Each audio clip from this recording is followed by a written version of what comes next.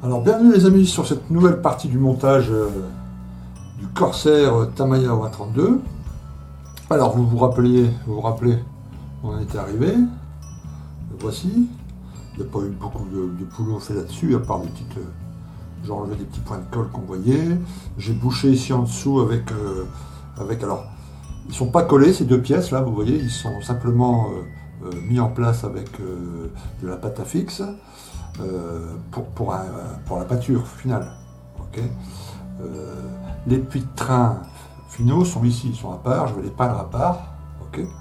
Ça c'est la pièce qu'on doit utiliser si on réalise l'appareil en vol sur son stand, vous savez. Donc c'est les deux trappes de puits de train arrière qui sont en une seule pièce, qui sont soudées. Là par le petit trou, on verrait la petite roue passer et on pose l'appareil sur le petit stand comme s'il était en vol. Comme je ne vais pas utiliser cette pièce, je l'ai positionnée là simplement pour boucher l'intérieur. Et comme ça on va pouvoir peindre. Voilà. Cette pièce-là n'est pas collée non plus parce qu'après le puits de train qui est ici et qui est en cours de réalisation, voilà, il est en train de voilà, la pièce rentre ici en dessous avec la roue, etc. Donc il va falloir qu'une fois la pâture finale terminée, que j'enlève cette pièce, que je colle le puits de train et qu'ensuite je recolle cette pièce. Voilà. Donc c'est le seul truc que j'ai fait sur le fuselage. J'ai ensuite travaillé sur le... Je vais vous montrer ça. Voilà. Voilà, j'ai travaillé sur les longerons de train et puis l'intrados. Alors mine de rien, il y a pas mal de boulot là-dessus parce que bon, déjà il y avait des zones différentes de peinture. Du blanc ici, du bleu ici. Ça c'est le bleu, la teinte finale du dessus de l'appareil. Voilà, donc une sous-couche blanche. Et puis c'était ce Intermediate Blue de chez MRP. Voilà. Donc c'est assez prometteur parce qu'avec le petit shipping de zinc chromate que je vais faire sur les ailes, ça va rendre plutôt pas mal. Alors je ne vais pas faire un appareil trop abîmé, c'est-à-dire je ne vais pas faire un shipping avec de l'alu et du jaune chromate. Je vais faire du shipping avec que du jaune chromate. Je vais faire un appareil légèrement abîmé, mais pas trop, quoi. Voilà. Alors vous voyez, il y a même les radiateurs d'huile qui sont entièrement reproduits. Hein. Il y a 1, 2, 3, 4, 5, 6, 7 pièces, rien que sur une petite, les petits radiateurs d'huile là. Et au final, on va pas voir grand chose, vous voyez, on voit simplement les petits trucs, mais bon. Après, ils seront enfermés dans l'aile, donc on les voit plus du tout, mais c'est vraiment très très bien détaillé. Hein. Pour ceux qui veulent faire cet appareil, mais complètement ouvert, ou avec des trappes ouvertes, avec des mécanos qui bossent dessus, bah, il y a possibilité de faire des tas de choses. Hein. Et là encore, j'en suis qu'à l'étape, vous voyez, ça a commencé à l'étape 40. J'en suis à l'étape 46. Et pour cette partie, en tout cas, j'ai encore jusqu'à la partie pratiquement 52, vous voyez, la 51. Donc il y a encore pas mal de pièces à coller. Hein. Donc vous voyez, c'est quand même sacrément bien détaillé, quoi. Hein. C'est même dommage, on se dit qu'il y a toute une partie, comme là, vous voyez, les petits renforts en photodécoupe sur les côtés, ici, là, et ben, ils sont complètement invisibles une fois terminés. Ce qui est dommage, hein. Mais bon, on sait que c'est là, comme dirait l'autre. Donc voilà, donc là du zinc chromate, ok, en jaune. Là du vert intérieur green, parce que le cockpit va se poser là, hein, c'est le plancher, enfin le plancher non, mais c'est en quelque sorte le plancher du cockpit. Ok. Les puits de train en Insignia White, MRP, hein, c'est la couleur finale du dessous de l'appareil. Ok. Là en bleu, Intermediate Blue, je vous l'ai dit. Alors j'ai pas fait de shipping sur les parois des puits de train parce que bah, je vous l'ai dit, je ne vais pas en faire trop. Par contre, il va y avoir dessus les plafonds des puits de train qui sont ici, qui vont venir se poser comme ça. Et là, je vais faire un tout petit peu de shipping parce que c'est vrai que les roues montaient, descendaient, ça a abîmé pas mal le centre des plafonds des puits de train. Donc je vais faire un léger shipping avec ce fameux zinc chromate en dessous, mais rien de trop voyant, quoi. Voilà. Donc là, les longerons qui vont permettre aux deux ailes de bien tenir, quoi. Si vous choisissez de monter cet appareil, mais avec les ailes repliées, ben c'est une autre pièce avec ce longeron qui monte comme ça en hauteur. Voilà, donc là, mine de rien, il y a une petite après-midi de boulot. Mais bon, c'est plutôt bien parti. Il y a encore pas mal de pièces, puis toi j'ai encore un petit coup de peinture blanc là à faire ici, j'ai oublié, contrairement à celui-ci.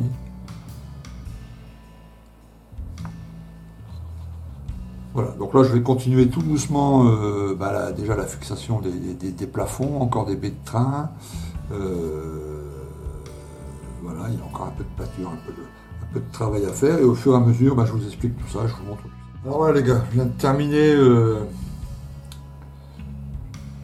cette partie de l'appareil, qui est la section centrale des ailes, celle qui va en dessous du fuselage. Alors mine de rien, il y a pas mal de boulot là-dessus. Il y a 1, 2, 3, 4, 5, 6, 7, 8, 9, 10, 11, 12, 13 étapes, avec à chaque étape des tas de pièces.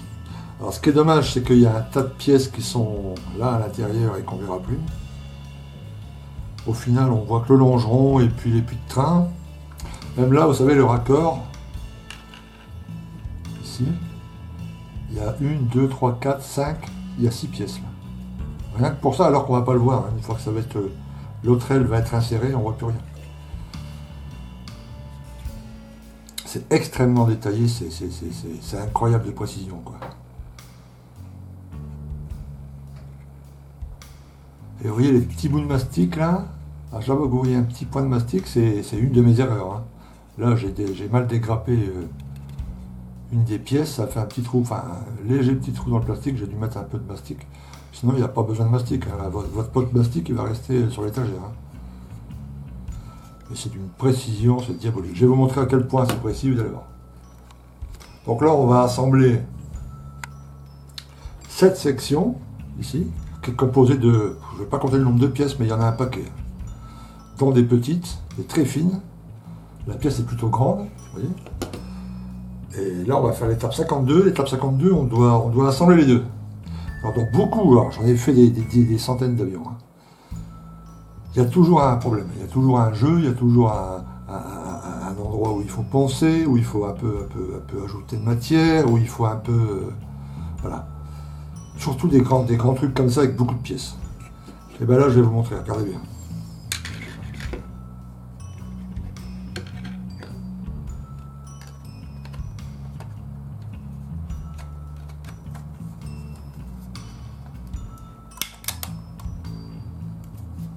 Voilà.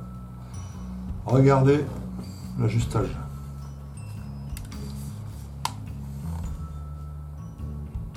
Il est déjà, une fois, alors on va le coller.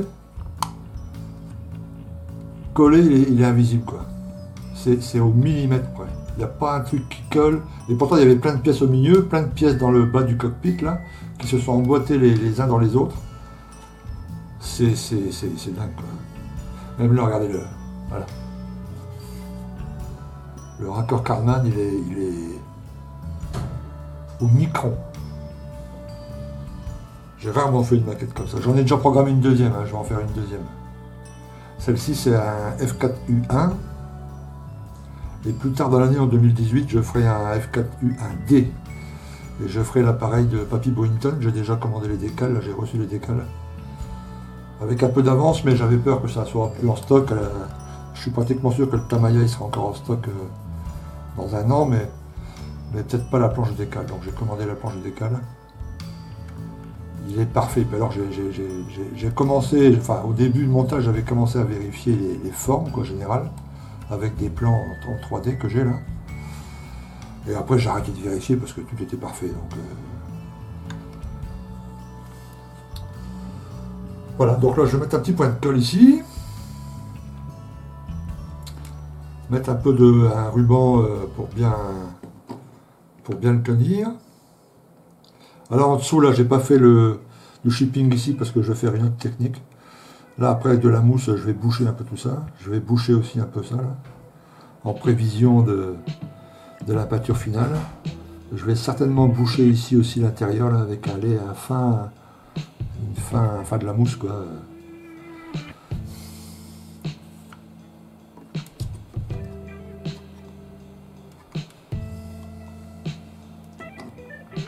Ok, et bien écoutez, là maintenant, la partie 52 est faite. On va attaquer les puits de train et puis les trappes de train principal. Alors voilà, alors ça c'est l'étape 53 à 58, ça concerne principalement les puits de train et les portes des baies de train. Alors moi j'avais commandé des roues en résine, parce que voilà la roue proposée par Tamiya, okay, qui est pas mal. Hein. Là c'est du caoutchouc, hein. Ok. Voilà. Et voilà la roue en résine alors. Vous voyez, elle est différente, pas dans la forme et dans les. Elle est identique. C'est sur le pneu, il y a les inscriptions ici sur la résine, il y a les inscriptions. C'est Dallop, si j'ai une bonne idée. Oui, c'est ça. Voilà. Tu vois, donc les roues sont un peu plus détaillées, elles sont un peu plus appuyées vers le bas. Donc, puis j'ai payé ça 4 €. Et pour avoir les inscriptions, il y a un peu plus de texture sur le pneu. C'est sympa. Bon, j'en ai monté une quand même pour vous montrer la différence.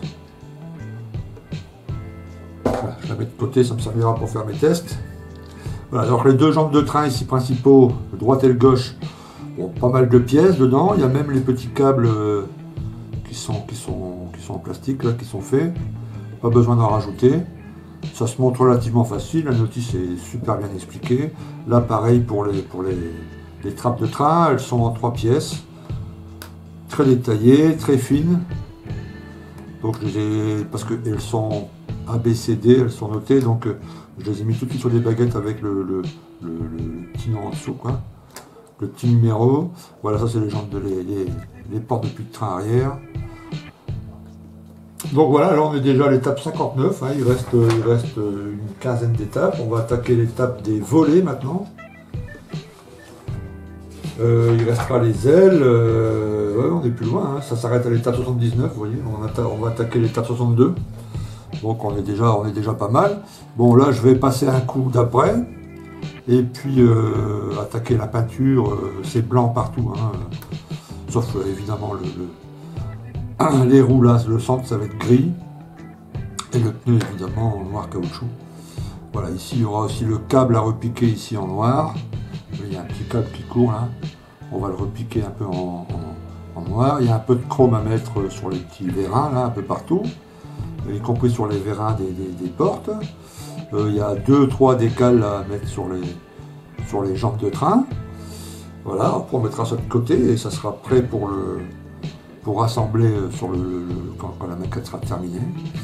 Ici j'ai pas fait grand chose, hein, j'ai ajouté juste des petites pièces ici, là, il y avait des petites pièces à ajouter. J'ai commencé à mousser et à protéger un peu, j'en ai mis aussi ici à l'intérieur pour protéger quand il y aura la peinture finale. J'ai encore un peu de masquage à faire, hein, ici les tuyaux, évidemment le cockpit, mais j'attends de poser la partie avant du cockpit.